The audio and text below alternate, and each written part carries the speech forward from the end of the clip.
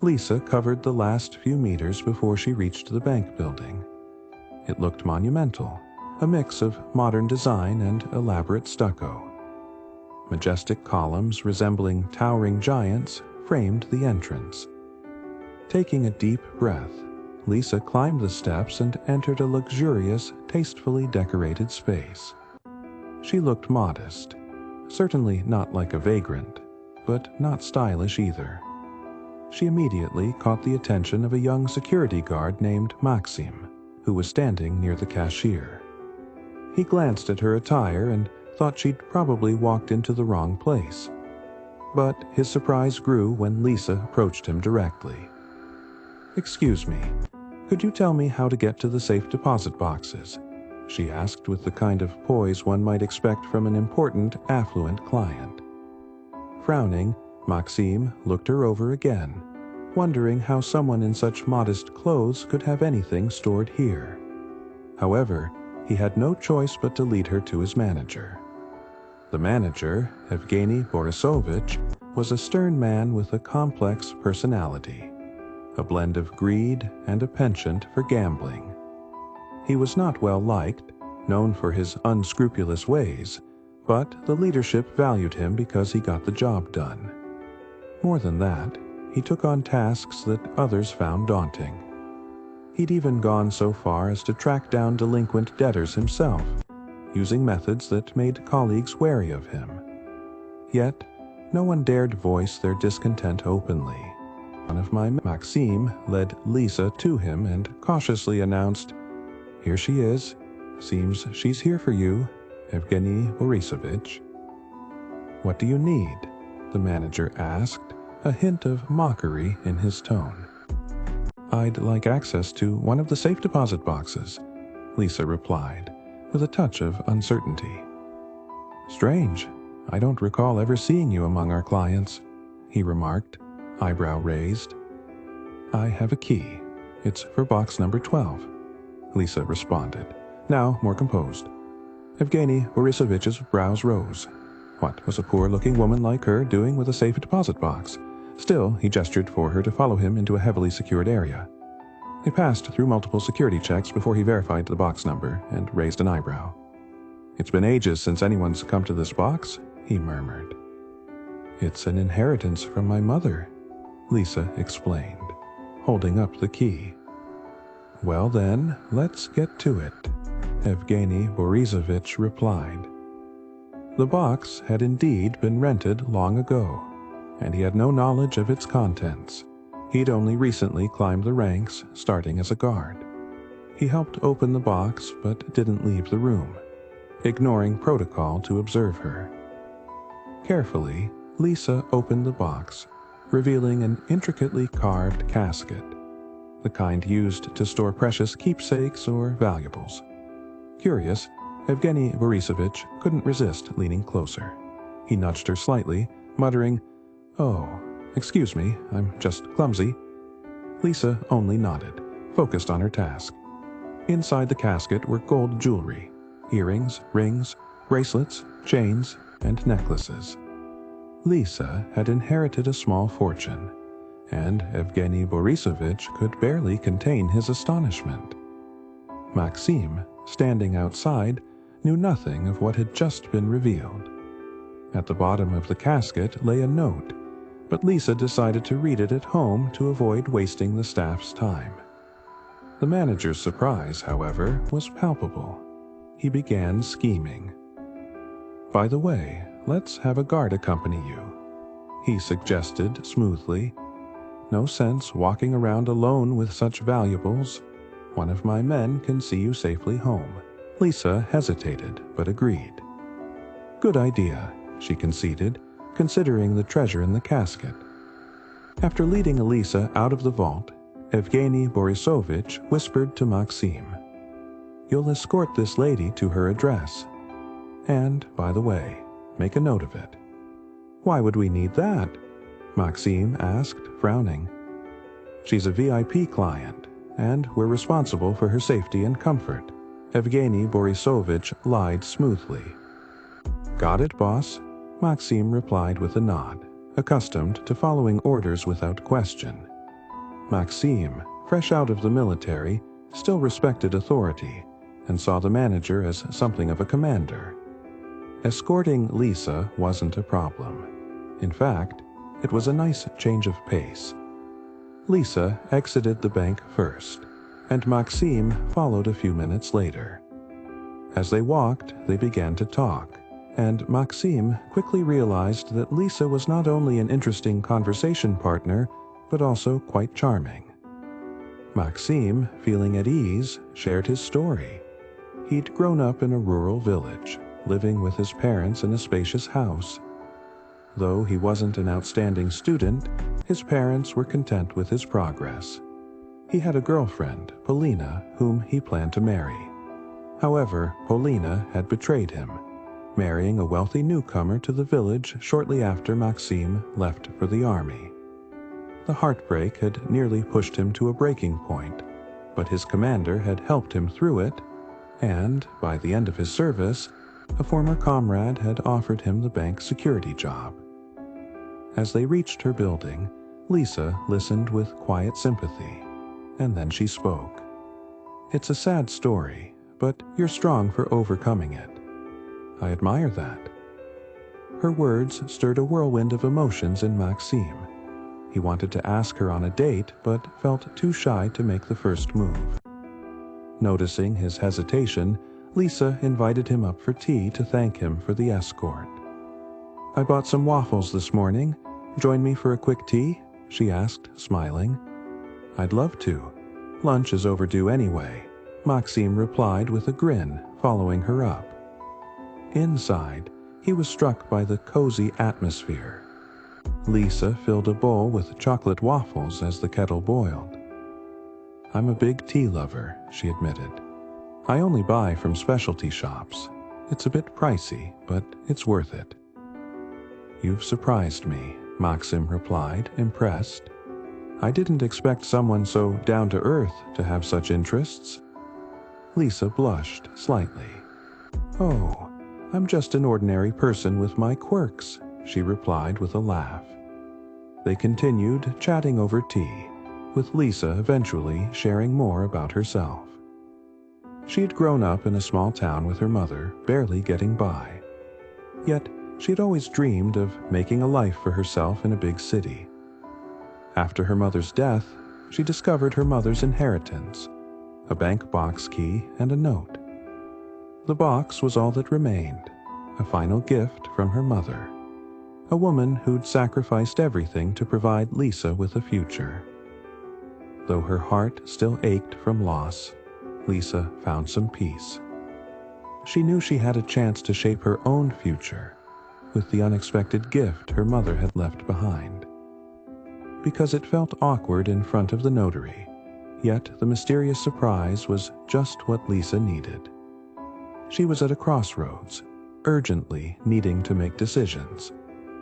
Her mother's will promised certain prospects, though how far those might reach was unknown to Lisa at the time. However, what Lisa found completely changed her perception of her mother. It seemed she hardly knew her mother at all, only as much as her mother had allowed. It suggested that her mother had been hiding something all along. "That's my entire life story," Lisa summed up with a shrug. "As you see, nothing remarkable and no bright moments." "I don't have any either," replied Maxime, "except for a few failed relationships, but I don't want to dwell on those. Still leaves a sting in my heart. I won't judge her, but I also don't blame myself. Betrayal is betrayal, no matter where you are." "I agree," Lisa responded reassuringly. "You'll find a good girl someday." She poured him another cup of tea. No, that's enough. I should get going." Maxime declined the refill, and after saying goodbye, left her apartment. Evgeny Borisovich met him with a displeased look. "Why were you so long? But you told me yourself she's a VIP client, and her safety is important to us." Maxime justified himself. Yeah, you're right. Did you get her address like I asked?" "Yes, of course. Here." Maxime handed him a piece of paper with the address, street name, and apartment number. The boss rubbed his hands in satisfaction and stared thoughtfully at a spot. Maxime began to wonder if Evgeny Borisovich was feeling unwell. "Are you all right, sir?" he asked. "Yes, all good. You can go." The boss nodded, finally snapping out of it. "And, by the way, you earned yourself some praise. Likely a bonus at the end of the month." "Really? And for what?" Maxime asked, surprised. "Why, you managed the matter for an important client, ensured her security," he replied with a mocking smile. "All I did was see her home," Maxime pointed out. "You see, Max, real security work is made of these small tasks," Evgeny Borisovich said, patting him on the shoulder. "I started out like you too, running around for the boss, and now I'm the boss." "True enough," Maxime agreed with a nod. "All right, head back to your post. 2 hours left for your shift." The boss dismissed him. But just as the door closed, Maxime overheard him through the crack. "I have an address. We'll stop by this evening. Same setup as usual. She'll be home alone. There's a jewelry box. Grab the contents, and we split 50-50. The boss, engrossed in his phone conversation, didn't realize Maxime had overheard him. Maxime couldn't believe it. His boss was planning to rob Lisa, and it was indirectly his own helpfulness that had put her in danger. He knew he had to act. He spent an hour on duty thinking of a plan, then went back up to the boss's office. "Forget something?" Evgeny Borisovich asked. "Actually, my stomach's acting up," Maxime stammered. "Maybe I should head home." "Odd. You were fine this morning," his boss remarked with suspicion. "What did you eat?" "Same as usual, all fresh. Well, actually, that girl offered me tea with wafers." "Ah, I see. Got yourself a little food poisoning." Evgeny Borisovich chuckled, thinking Maxime's discomfort was genuine. "All right, I'll have Stan replace you. Off you go." "Thanks," Maxime replied and quickly left. He explained the situation briefly to his colleague and left, heading home to arm himself and get to Lisa's apartment before anything happened. Maxime had no idea how many men might show up or what they might attempt, but he was determined to protect her. As he reached for self-defense gear, he caught a taxi, nervous about the heavy traffic that slowed their progress. But he couldn't leave Lisa unprotected, regardless of their relationship, driven by his sense of responsibility. When he arrived, a black SUV parked by the entrance caught his eye. The driver was obliviously smoking and humming along to music. Taking advantage of this distraction, Maxime slipped into the building, heading up the stairs to the 7th floor. There was an eerie silence. He feared he was too late. After a moment's hesitation, he rang the doorbell, hoping that a bandit might answer, allowing him to pretend to be a neighbor. The door opened, and another man, athletic in build like the driver, appeared. Maxime swiftly knocked him down, then found his accomplice inside with Lisa, whom he freed after a brief struggle. During their escape, one of the attackers fired, wounding Maxime in the shoulder. Despite the pain, he managed to get Lisa outside. They called the police, and soon multiple cars, including an ambulance, arrived. Maxime, barely conscious, managed to tell Lisa who had ordered the attack. She relayed this to the police, and within half an hour, Evgeny Borisovich was under arrest. It took a SWAT team breaking down his office door to apprehend him. Maxime was hospitalized, but his condition was stable. The bullet had passed through without damaging vital organs. Lisa refused medical care. Though shaken, she was unharmed thanks to Maxime's intervention. Back in her apartment, she looked at the jewelry box on her desk. She almost considered discarding it, as it had nearly cost her life. But she couldn't shake the question. How had her mother come by such wealth? They had lived modestly, scrimping to get by. Her mother must have intentionally hidden the valuables, not using them even in the hardest times. This made Lisa wonder if they were stolen goods. But then, why hadn't her mother been arrested? Lisa's mind swirled with questions, yet answers eluded her. She had a feeling her mother's life was shrouded in mystery, guided by a plan only her mother understood. Retrieving a note from the box, Lisa unfolded it. Instead of the expected message, there was an address and a phone number with her mother's handwriting stating, "You can always reach out to them." They understood that there was no stopping their daughter, and there was no point in trying to prove anything to her. Masha had made her choice, effectively giving up on a happy future. Her life with Mikhail soon showed that he had no intention of changing anything. He was content just having his fiancée nearby.